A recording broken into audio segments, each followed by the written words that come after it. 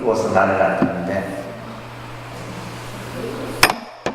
자, 이게 이제 태몽인데, 그 모습을 지금 이제 밑에서 도솔레이상에서 그리고 있는 겁니다. 그리고 나서 이제 상기가 느껴져서 이제 당시 친정인 코리아로 떠나게 되게 돼요. 그래서 이 과거에 이 호명보살로서 이미 이제 사실은 중생 세계로 이렇게 우리가 이 보살이 내려오지만은 이미 본래 부처의 모습이 있어요. 단지 이제 중생을 구제하기 위해서 다시 왕자의 몸을 의탁해서 왕비의 몸을 의탁해서 이 세상으로 내려오시는 모습, 이것을 어떤 장면이라고 그런다고요? 도솔레이상이에요. 꼭 기억하세요. 두 번째 장면이 이제 비람강생상입니다. 따라합니다. 비람강생상. 두 번째의 장면이 여기 이제 그 인도에 가면 이런 속조들이 있어요. 속조들이 있는데 이제 예를 들면 이제 흰 코끼리가 이제 왕비의 오른쪽 옆구리로 들어오는 이제 태몽을 형상해 놓은 그 속조물입니다. 자, 두 번째가 이제 비람강생상입니다. 룸비니라고 하는 동산에서 이제 왕자가 탄생을 하시게 되는데, 이제 산달이 되어서 이 왕비는 자신의 친정인 코리아국으로 떠나는 도중에 중간에 이제 동산을 만나게 돼요. 이 동산이 룸비니 동산입니다. 룸비니 동산에서 잠시 휴식을 취하던 중에 무수가지를 잡는 순간 왕자가 탄생했다. 이렇게 이제 표현이 되고 있죠. 그러면서 아까 얘기했듯이 오른쪽 옆구리로 왕자가 출현하게 되는데, 그것은 바로 뭐다? 당시의 어떤 그 풍습, 문화, 이런 것들을 우리가 이해를 해야 된다. 그러면서 이제 7걸음, 동서남북 7걸음을 걸으면서 이제 무슨 태어나자마자 어떻게 7걸음을 걷겠어요? 말도 안 되는 소리. 근데 말도 안 되는 소리라 해버리면 안 된다 이 말이에요. 이걸 의미하는 게 있어요. 그러니까 7걸음을 걸으면서 한 손은 하늘을 가리키고 한 손은 땅을 가리키면서 이 왕자가 외쳤던 말이 있죠, 그죠? 따라합니다. 천상천하, 유아독정, 일체계고, 아담한지. 이 이제 예송인데, 하늘이 하늘 아래 오직 나 홀로 존귀하다. 여기서 나라고 하는 것은 인류를 말합니다. 이 세상에 가장 존귀한 이는 누구냐? 우리 모두, 우리 자신이고 모든 생명이다, 이런 얘기예요. 그래서 지금 이것을 탄생계라 그러는데, 이 탄생계를 의미 속에는 앞으로 불교라는 종교가 나가야 될 방향이 이미 만들어졌거든요. 그러니까 불교가 어떠한 종교느냐? 첫째는 모든 생명의 존엄성을 최고의 가치로 삼는 종교다. 그래서 예를 들면 신분에 의해서 또 어떤 성의 차별에 의해서 높고 낮은 것이 결정되는 것이 아니고, 가문과 출생과 혈연과 이런 데 의해서 결정되는 것이 아니라 모든 생명은 다 뭐하다? 평등하다. 이게 불교가 가지고 있는 근본 사상입니다. 아시겠습니까? 이 천상천하 유아독전을 이제 또 잘못 이해하면, 아이고 부처님 혼자 잘났다고 그런 소리 아니에요. 여기서 나라고 하는 것은 인류, 모든 생명을 얘기하는 거예요. 모든 생명은, 모든 존재는 다 그 나름대로의 존엄과 가치를 가지고 있는 거예요. 풀 한 포기도 먹지 않아요. 그래서 이제 부처님께서 예를 들면 하루살이와 우리 인간의 무게를 생명의 무게로 달았을 때 그 무게는 똑같다는 거예요. 인간이라 해서 더 높고, 우리가 예를 들면 동물이라 해서 더 낮고 아니라 생명의 가치, 생명의 본질에서 봤을 때 어떤 생명인지 다 똑같은 생명이잖아요. 그죠? 우리가 봤을 때 인간을 우위로서 생각을 하지만은 그렇지 않다는 겁니다. 그러면서 일체계고 아담한지라는 말을 하는데, 자, 이게 이제 불교의 또 다른 두 번째의 명제를 이 개송에서 얘기를 하고 있는 거죠. 첫 번째는 생명의 존엄과 가치라고 하는 측면이 불교가 가지고 있는 중요 사상이고, 자, 일체계고, 자, 부처님께서는 우리 중생의, 우리 인간이 살아가는 삶의 모습을 괴로움이라고 하거든요. 괴로움. 나중에 고해에 대해서 공부를 할 겁니다. 우리가 괴롭다, 힘들다, 죽겠다, 못 살겠다, 이게 다 괴로움이에요. 근데 이제 어떤 사람은 그래요. 하도 불교가 이 고를 강조하니까, 그러니까 우리가 이 고라고 하는 건 우리가 살아가는 지금 현실의 삶, 현실 세계 자체가 고라는 거예요. 부처님의 입장에서 봤을 때. 여러분들도 그렇지 않습니까? 근데 이제 또 어떤 이는 스님, 어찌 괴로움만 있습니까? 그죠? 행복도 있고, 즐거움도 우리들이 살아가는 삶 속에 있지 않느냐라고 얘기하지만은, 결국 그 행복과 즐거움이라는 것도 괴로움을 수반하는 행복과 즐거움. 쉽게 말해서 영원하지 못하는 거죠. 예를 들면 이 얘기예요. 여러분들이 현실에서 괴로운 일이 생기면 어때요? 굉장히 오래 가죠. 안 그렇습니까? 예를 들면 내 어떤 정신적으로 심리적으로 괴로운 어떤 상황이 생겼을 때 그 괴로움은 10년, 20년, 30년, 40년 또 간다. 그러니까 우리가 예를 들면 사람이 한번 나쁜 한을 품으면 그 한이 쉽게 안 없어지는 거예요. 그러니까 괴로움은 굉장히 오래 가요. 근데 우리가 예를 들면 즐거움, 자, 우리 아들이 서울대 들어갔어. 그 순간이에요. 그리고 나면 또 현실에 하는 거지. 우리가 예를 들면 어떤 여러분들이 순간순간 느끼는 이런 것들은 일시적인 거죠. 그래서 우리가 중생이 느끼는 행복과 즐거움이라고 하는 것은 일시적인 것이다. 일시적이고 단편적인 거예요. 자, 이번에 이렇게 한번 생각해 보세요. 여러분들이 100세를 산다고 했을 때 50년은 뭐예요? 잠을 잡니다. 그렇잖아요. 우리가 반은 잠을 잔다요.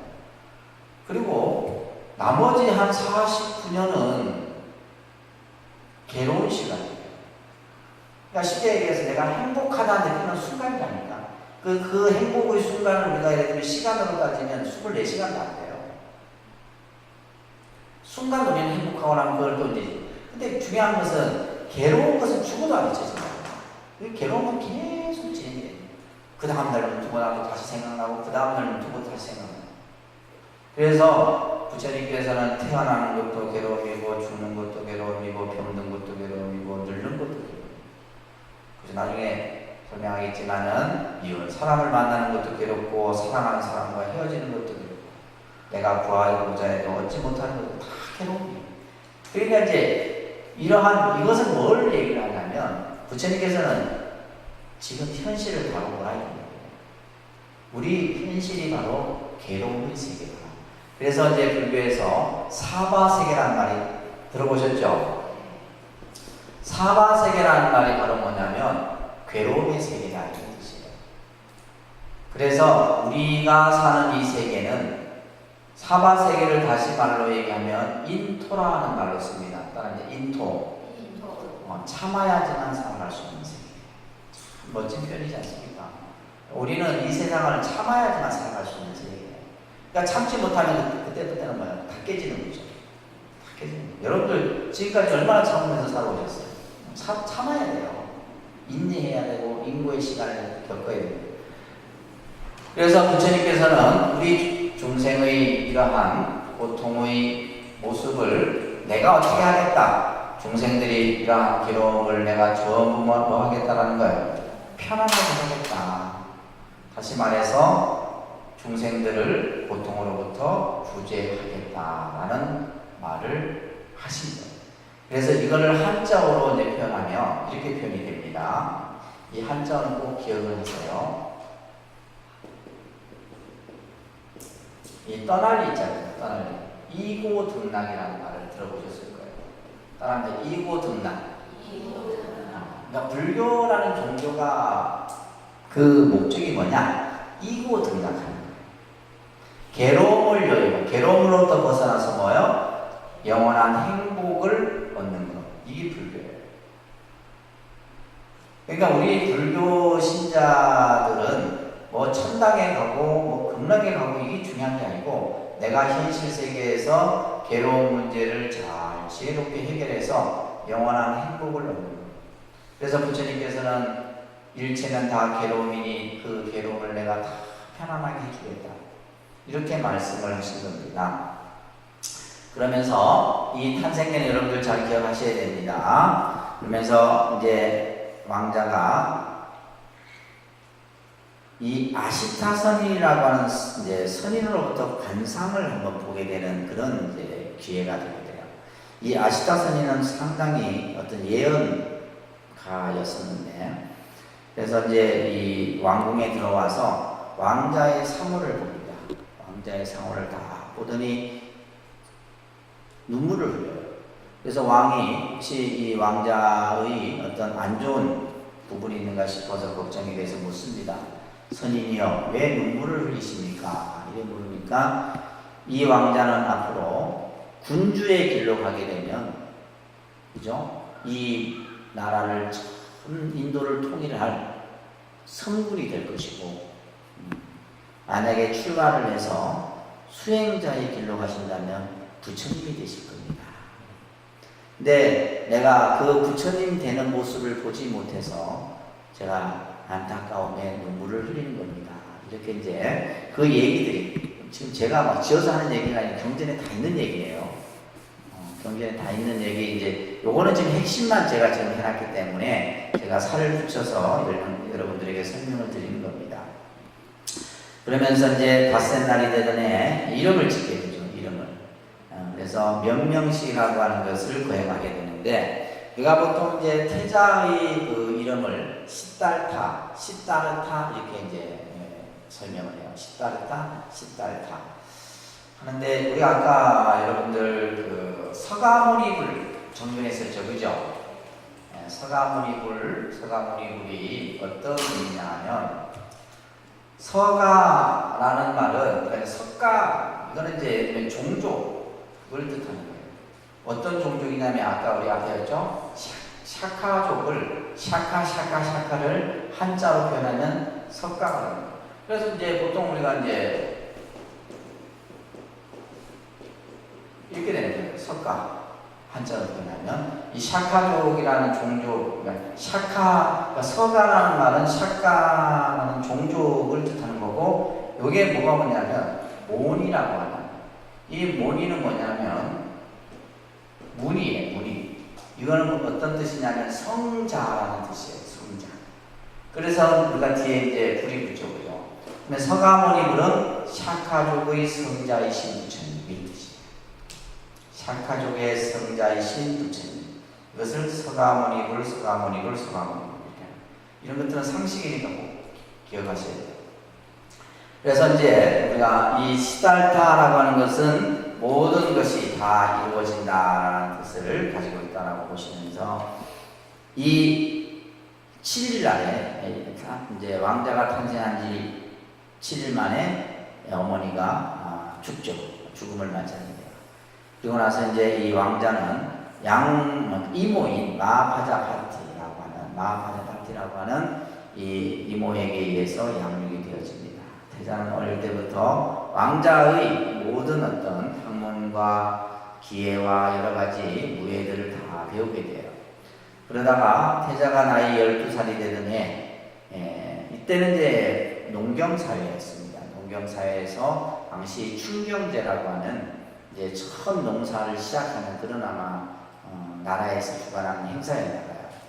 이곳에 참석을 하게 되는데, 여기에서 어떤 장면이 나오냐면요, 이제 농부가 밭을 이제 괭이로 밭을 땅을 딱 파자 지렁이 한 마리가 꿈틀거리면서 나무 가지에 있던 새가 지렁이를 낚아채서 올라갑니다. 그 새를 매가 또 낚아채 가는 모습을 이 태자가 그것을 본 거예요. 보고 나서 하셨던 말씀이에요. 모든 중생들이 살기를 원하는, 이거 같이 한번 읽어봅니다. 모든 중생들이 살기를 원하면서 또 살기 위하여 서로를 잡아먹는 것을 보니 불쌍하여 아픈 마음을 금할 것이었다. 그래서 어린 나이에 이미 태자는 보통 아이하고 달랐습니다. 그래서 이런 어떤 작은 어떤 하나의 모습에도 그것에 대해서 깊이 생각하고 뭔가 어떤 이 중생의 아픔, 중생들의 고통 이런 것을 이제 생각했다라는 그런 모습들이 여기에서 그려지죠. 그러면서 이제 이 태자에게 이 왕이 삼시궁을 지어줍니다. 그러니까 이제 태자가 다른 그 왕자들과 달리 늘 사색을 좋아하고 명상을 좋아하고 스스로 뭔가 생각에 깊이 잠긴 것을 보였어요. 그래서 이제 아시타 선인의 예언이 항상 기억에 남잖아요. 이 태자가 출가를 할까 걱정이 된 거예요. 그래서 출가를 하지 못하도록 하여튼 뭐 모든 궁전을 지어주고 늘 파티를 열어주고 그냥 어떤 삶에 그냥 그러니까 완전 즐거움만을 주려고 왕이 엄청 노력을 합니다. 그러면서 이제 태자가 나이 19살이 되더니 성년식을 하게 되고 이어서 이제 결혼을 하게 됩니다. 19살. 그러니까 이 결혼을 시킨 이유도 뭐냐면 출가를 하지 못하도록 그래서 출가를 자식이 생기면 출가를 하지 않을 것이라는 생각에 왕이 이제 그런 생각에 결혼을 시킨데 그 왕비가 뭐냐면 공주가 야쇼다라라고 하는 공주입니다. 야쇼다라. 그다음에 우리가 아까 마하파자 파티 뭐 이런 데 좀 이름이 어렵지만은 자꾸 듣다 보면 쉽게 익혀집니다. 그러면서 태자는 결혼 생활과 더불어서 삶의 어떤 세속적인 삶을 살아가지만은 한 번도 즐거움을 느껴본 적이 없었어요. 그러니까 어떤 면에서 보면 참 이 야쇼다라도 여성의 입장에서 볼 땐 참 그죠. 좀 그런 면이 있죠. 그러면서 이제 태자가 이 밑에 나오는 요 내용이 참 중요한 내용인데 자신의 어떤 화려한 궁중 생활을 하면서 나는 3가지 자만을 가지고 있었다라고 하는 것을 후에 나중에 제자들에게 설법을 하는 그런 구절입니다. 자, 어떤 자만이냐면 같이 한번 첫 구절만 같이 한번 읽어볼게요. 참으로 깨달음을 얻지 못한 범부들은 자신도 늙고 늙음에서 벗어나지 못하면서 늙은 사람을 보면 싫어한다. 나도 역시 늙게 되고 또 늙음을 피할 수 없다. 늙게 되고 늙음에서 벗어날 수 없는 내가 늙은 사람을 보고 싫어한다는 것은 결코 옳은 일이 아니다. 이런 생각이 들자 나는 젊음에 대해 자만하던 마음을 모두 버리게 되었다. 그렇죠? 우리가 이제 젊었을 때는 내가 늘 젊음이 유지되기를 될 거라 생각하고, 그죠? 또 이렇게 이제 나이 드신 분. 그래서 요즘에 이제 이렇게 사회 신문 지면에 보면 노인 혐오에 대한 인식들이 강해집니다. 점점. 본인들도 다 늙을 건데, 그죠? 늙을 건데, 늙은 사람을 이제 싫어하는 거죠. 왜냐하면 우리가 보면 냄새도 나고, 그냥 외형상 이제 좀 보기가 그렇다고 생각하는 게 생각하잖아요. 그래서 이제 그런 것들이 있는. 그래서 지금 이 태자 또한 젊음에 대해서 자만하고 있었는데, 그 젊음이라고 하는 것이 영원한 게 아니잖아요. 그죠? 또 예를 들면 우리가 병든 사람을 보고 나는 병들지 않을 것이다. 그래서 우리는 항상 건강하면 나는 내 이 건강이 항상 유지될 거라 생각하지만은 또 우리는 다 누구나 다 또 병의 그 고통을 경험하게 됩니다. 그리고 마지막에 뭐예요? 우리가 죽은 사람을 보고 싫어하게 되는데 나 또한 뭐예요? 그죠? 그 죽음이라는 것을 피할 수 없는 거예요. 그래서 이 지금 태자는 젊음과 병든과 죽음에 대한 나는 그러지 않을 것이야. 나는 그런 어떤 삶의 모습을 누구나 이렇게 생각하지만은 다 누구나 이 태자가 어렸을 때 이런 이제 생각들을 했었던 겁니다. 그리고 나서는 이제 세 번째 장면이 이제 바로 사문유관상이라고 하는 장면이 나오게 되는데, 사문유관상 네 문을 나서게 돼요. 근데 이것도 내가 볼 때는 어떻게 보면 이제 좀 많이 이 태자의 어떤 출가의 어떤 동기부여를 만드는 하나의 모습인 것 같아요. 태자가 어느 날 이제 너무 성 안에만 있으니까 답답해요. 그래서 왕에게 성 밖에 세상의 모습을 보고 싶다 얘기를 합니다. 이때 왕이 어떤 얘기를 하냐면 신하들에게 태자가 가는 길에 어떠한 안 좋은 것도 보이게 하지 마라. 어떤 것도 보이게, 좋은 것만 보이게 해라. 이렇게 명을 하지만은 태자가 이제 여러분들 보시게 되면 동쪽문을 나섰을 때 그냥 피부가 막 그냥 거칠고 뼈만 앙상하고 허리가 굽어지고 이가 빠지고 머리가 흰 노인을 보게 돼요. 이 모습을 보자 옆에 있던 시자에게 사람이 누구나 나이가 들면 저렇게 되느냐, 저렇게 된다. 이때 이제 그 모습을 보고 태자는 다시 돌아옵니다. 그리고 뭐요? 남쪽 문에서 누굴 만나요? 병든 자를 만나요. 온몸에서 피구름이 흐르고 다리를 절면서 지나가는 그 병든 사람입니다. 또 태자가 묻습니다. 누구나 사람이 병이 들면 저렇게 되느냐, 저렇게 됩니다. 그래서 다시 돌아오죠. 그 다음에 세 번째는 장례 행렬을 봅니다.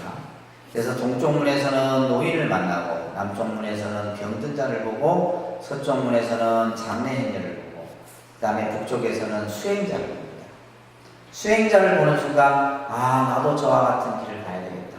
이런 생각을 하게 돼요. 이런 생각을 하게 되는데, 그러면서 태자는 이 4대 네 문을 갔다 오고 나서 점점 자신의 어떤 삶의 문제, 고뇌에 빠지게 됩니다. 자, 그 밑에 있는 경전. 이 지금 교재는 경전들이 많이 실려져 있어요. 그래서 이 경전들을 여러분들이 자꾸 읽고, 실제 외우면 가장 좋죠. 이 경전들을 여러분들이 자꾸 접해봐요. 그러니까 우리 불교 신자들이 경전들을 접하지를 못해요. 맨날 이제 하는 게 신행집밖에 안 접해보니까. 그래서 부처님 말씀을 접할 수 있는 기회가 많지가 않습니다. 자, 한번 같이 따라 읽을게요. 소리내서. 궁중의 영화도 건강한 이 육신도 사람들이 부러워하는 이 젊음도 결국 나에게 무엇을 가져올 것인가. 나는 병들고 언젠가는 늙어 죽음을 면할 수 없다. 젊음을 자랑하며 건강을 자랑하며 생존을 자랑하는 일은 적어도 생각 깊은 사람들에게는 무의미한 일이 아닐 수 없다. 세상에 어리석은 사람들은 자기 자신이 병들고 죽으며 또 늙고 병들고 죽는 것을 피할 수 없는 몸인 줄 알지 못하고 남의 늙음과 병듦과 죽음을 보고서 웃고 있구나. 저는 이제 젊었을 때, 지금도 젊지만은 젊었을 때 이제 이런 경전들을 보면 정말 가슴에 와 닿았었어요. 그래서 제가 이게 지금 실려놓은 것은 제가 좋아하는 부처님 말씀을 실어놓은 거예요, 사실은. 그래서 이런 걸 처음에 눈이 막 뜨이고 막 그냥 이게 불교구나. 이런 어떤 생각들이 제가 20대 이럴 때 이제 부처님 공부하면서 많은 것을 그렇게 생각을 했었는데, 그렇잖아요, 그죠? 우리가 이제 예를 들면 이 살아가면서 우리는 무엇을 추구하며 살 것인가, 그죠? 우리는 이제 뭐 돈, 명예, 권력, 부 이런 것들을 추구하며 삽니다. 근데 그것이 설사 나에게 잠시 머물다 갈 뿐이지 그것이 영원하지 않다라는 거예요. 그러면 나에게 과연 필요한 것이 뭐냐? 나에게 과연 필요한 것이 뭐냐?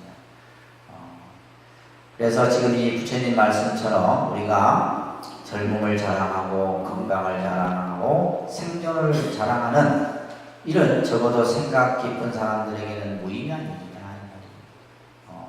근데 예를 들면 우리가 살아가는 데 있어서 건강해야 되고 경제적인 부도 있어야 되고 있지만은 그것도 필요하지만은 그것보다 더 큰 가치가 있다는 거예요.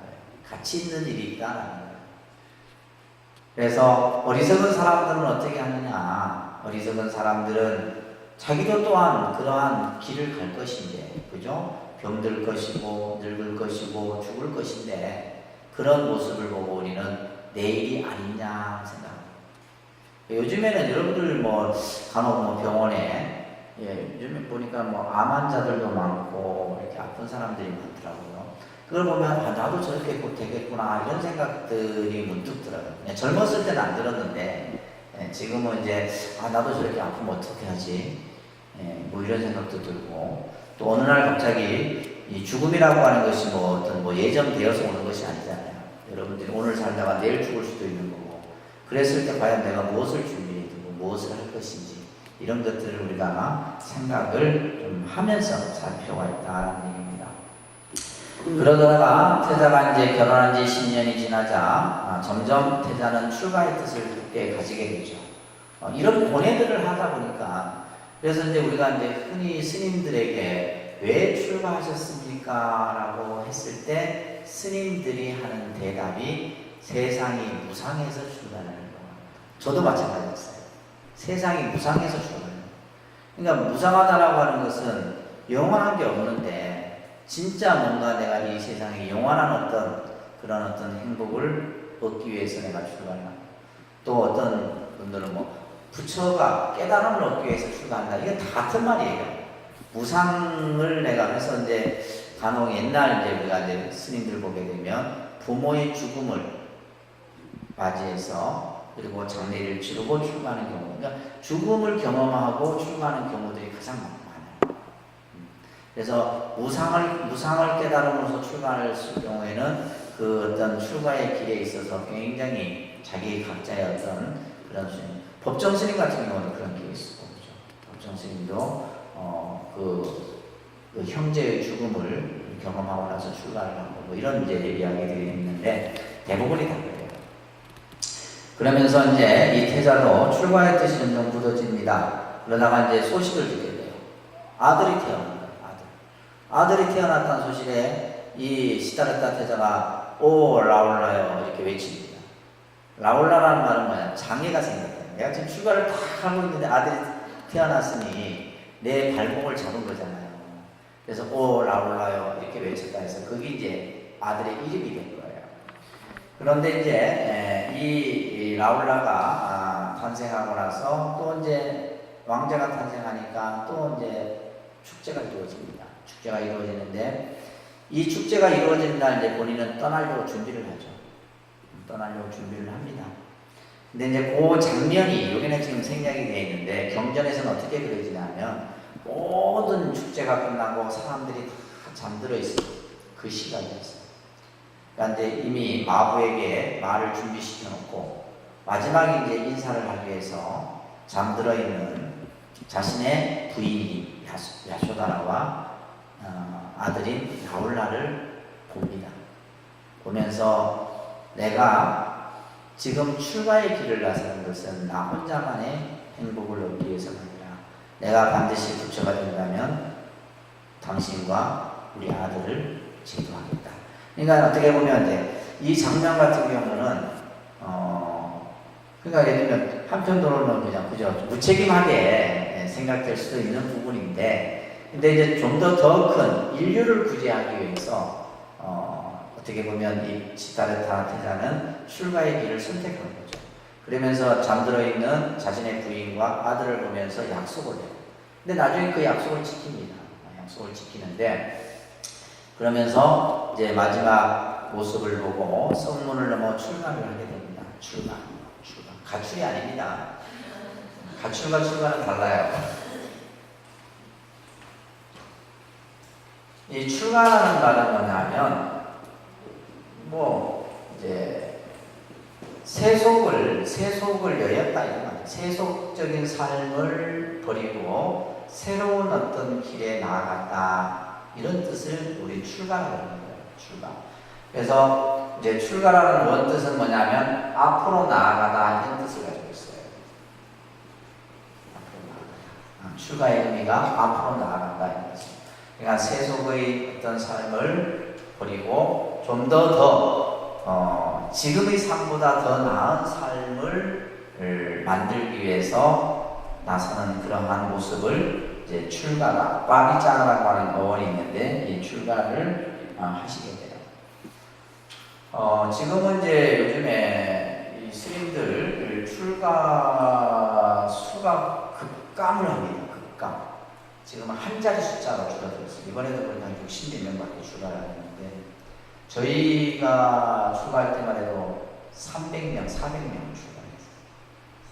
한 해 그렇게 출가를 했는데 지금은 이제 출가하는 인원수가 너무 적다 보니까 상당히 이제 우리가 내가 볼 때는 앞으로 30년 후에는 스님들이 없어질 것 같아요. 실제 없어지고 이제 내가 볼 때는 결혼한 스님들만 남을 것 같아요. 진짜 왜냐하면 여러분들이 하나밖에 안 낳잖아요.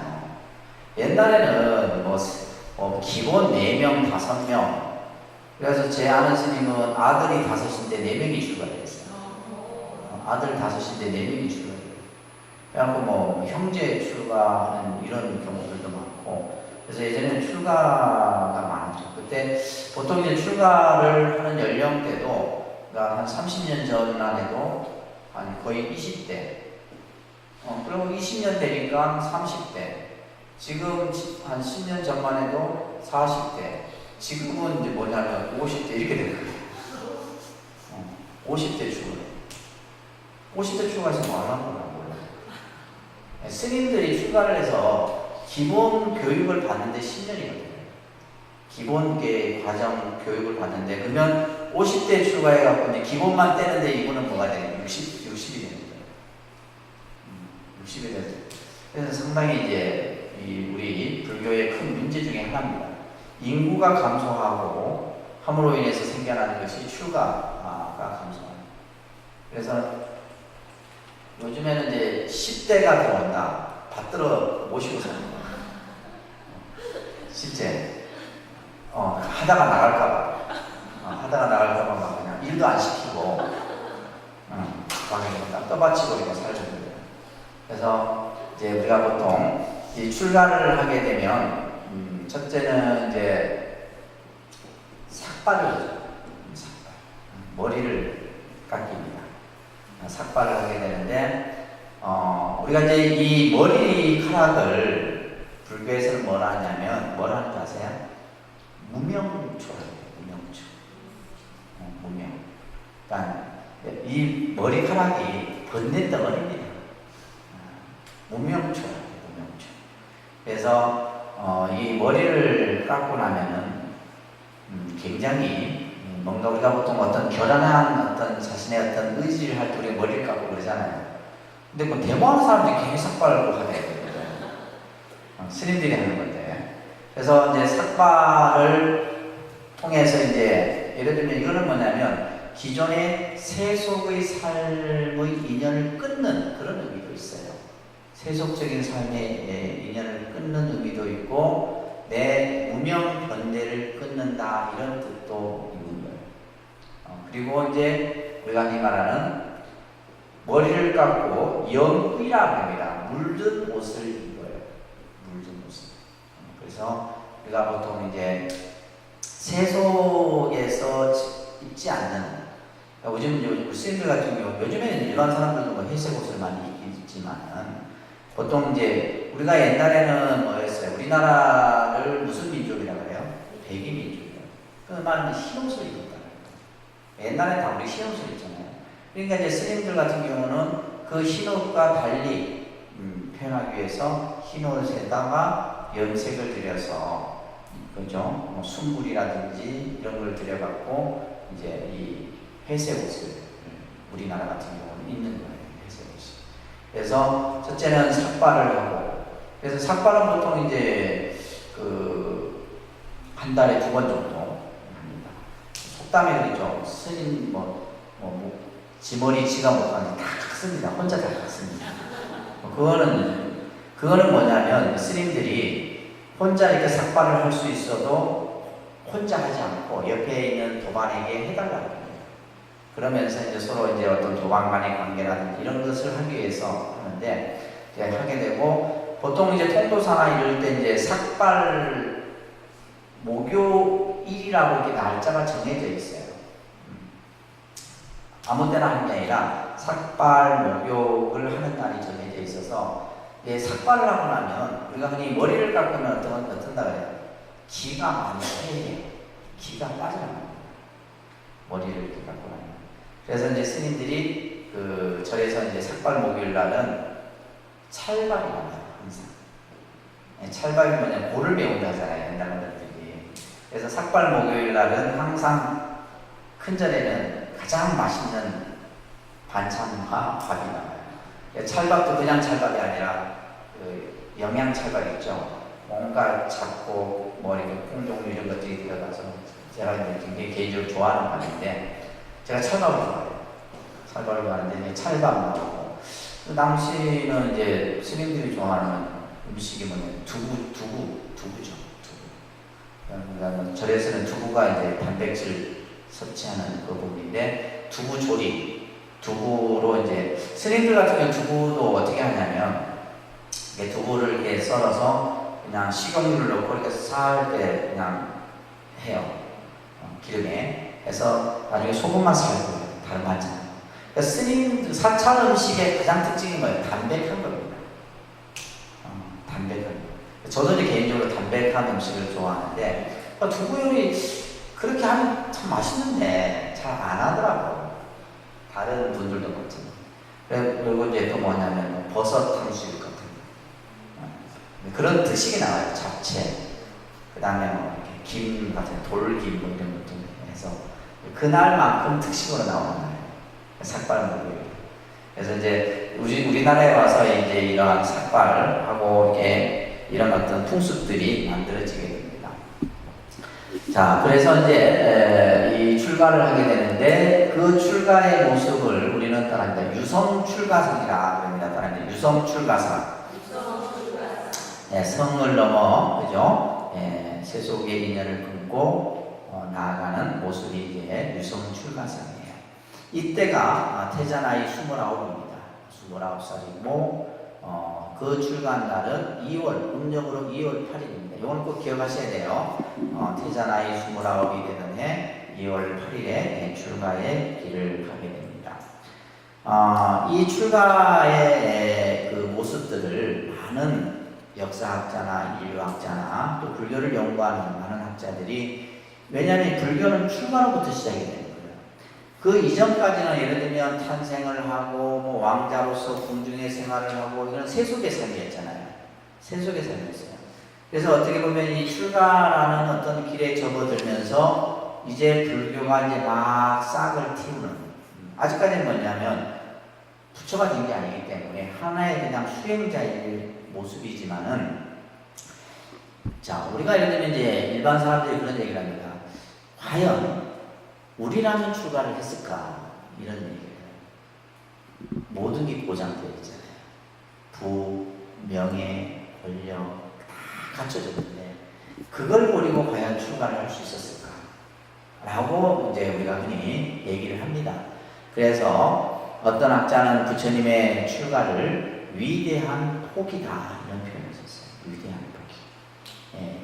어느 누구도 할 수 없는 일이다라는 거예요.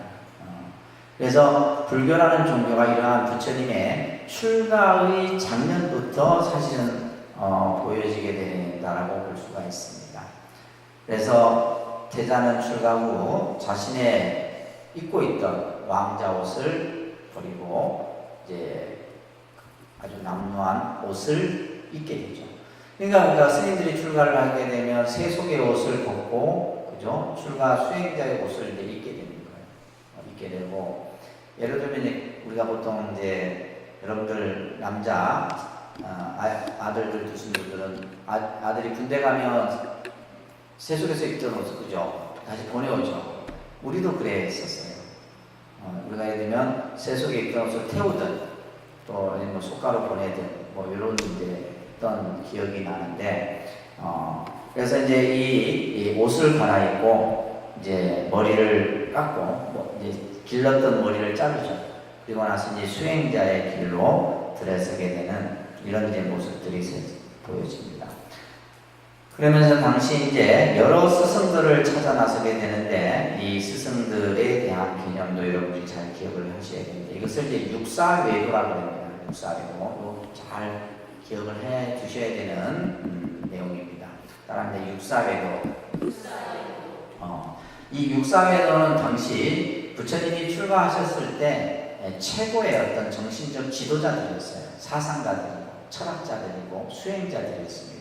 그러니까 이들의 문화에 들어가서 부처님께서는 이제 공부를 하시게 돼요. 첫 번째 수행자가 뿌리나카샤파라고 하는 도덕부정론자입니다.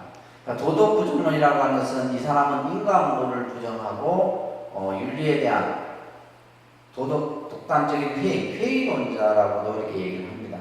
그러면서 감각적인 쾌락주의, 쾌락만을 강조하는 이런 이제 사상가가 바로 뿌리나카샤파라고 하는 거예요.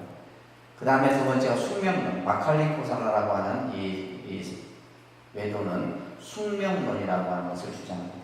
그래서 모든 것은 운명은 결정되어져 있다. 그러니까 결정론적 숙명론이에요. 그러니까 여러분들 중에 보면 간혹 사람들이 보면 운명을 좋아하는 분들이 있죠. 그러니까 예를 들면 점 보는 거 좋아하는 게 다 운명론자들이에요. 그러니까 우리가 예를 들면 불교라는 종교는 이 숙명론, 운명론을 부정합니다. 불교는.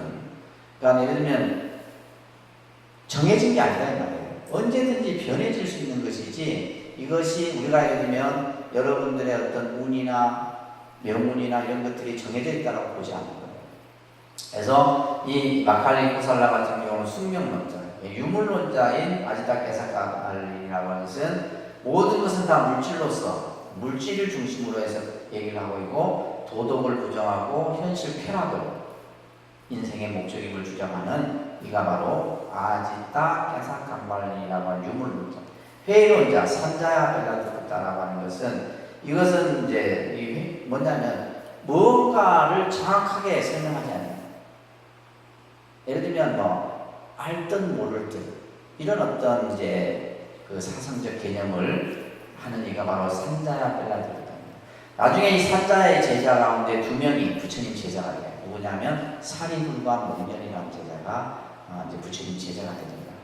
불멸론, 빠꾸따까샤야파라고 하는 것은 모든 생명은 불생불멸이고 인과를 부정하고 그래서 대체적으로 공통된 것이 보면 인과를 부정하고 쾌락을 중심으로 모든 것을 목적으로 삼고 있고 이런 이들이에요. 자이나교는 지금도 인도에서 이 자이나교가 있습니다. 그래서 이 자이나교는 이제 브라만교에서 발생한 출가주의 종교로서 오계를 지키고 이런 개념들이 있어요. 흰옷을 입고 이런 이제 육사외도들이 있는데 이들의 문화에 들어가서 부처님께서는 이제 공부를 하시게 됩니다. 그래서 이제 이 육사외도의 사상을 큰 틀로서 다시 이제 설명을 드린다면 이런 개념이에요. 첫째는 뭐냐면 고행주의입니다. 고행. 그래서 이 고행주의라고 하는 것은 뭐냐면 육체적인 고통을 통해서 정신적인 쾌락을 얻는 거예요. 그러니까 육체의 고통을 가면 가할수록 정신적인 어떤 이 즐거움, 어떤 희열 이런 것을 느끼는 그걸 통해서 이 사람들은 자기가 해탈이다. 그래서 해탈이라고 하는 용어도 이 불교 용어가 아니라 인도 철학적 사상 용어입니다. 해탈. 모쿠샤라고 해서 모든 숙박으로부터 벗어났다. 이게 해탈이거든요. 근데 이제 이러한 고행주의자들이 얻고자 하는 것이 바로 이런 이제 해탈 개념이에요. 그래서 이제 우리가 이제 대표적으로 어떤 일들이 요가 수행자들. 요가 수행. 그래서 예를 들면 불 위를 걷는다거나 쇠창살이에 그냥 맨발로 자기 몸을 그냥 옷도 입지 않고 쇠창살이에서 굴러요. 이런 이제 아주 극도의 고행주의자들이 있었죠. 고행주의자들. 또 하나는 이제 뭐냐면 수정주의자들. 수정주의자다는 뭐냐면 이제 말 그대로 이제 앉아서 이제 선정에 들어가서 그 속에서 이제 자신의 어떤 목적, 어떤 추구하고자 하는 목적, 근데 이제 이들이 추구했던 궁극적인 목적이 뭐냐면 천당에 가는 것이었어요. 천당에. 하늘에 태어나는 것이었어요. 이 육사배들이 추구하고자 하는 궁극적인 목적이 바로 뭐냐? 천당에 태어나는 것이었어요. 근데 이제 부처님은 출가를 해서 이들의 어떤 생각과는 달랐죠. 그죠? 달랐습니다. 그래서 태자는 이들의 가르침이 생사를 벗어나는 열반의 길이 아님을 알고 다시 보행의 길을 나서게 되는데, 부처님이 가고자 했던 길은 뭐냐면 생사해탈이라는 개념을 얘기를 합니다. 나고 죽는 문제로부터 벗어나는 거예요. 근데 이제 그 길이 아님을 알고 다시 보행의 길을 나서게 되는데, 이때 이제 누굴 만났냐면 빈비사라 왕을 만납니다. 빈비사라 왕이라는 왕을 만나서 나중에 이 빈비사라 왕은 이 나라의 지금 그 마가다국의 왕입니다. 여기까지만 이제 오늘 설명하고 나머지는 이어서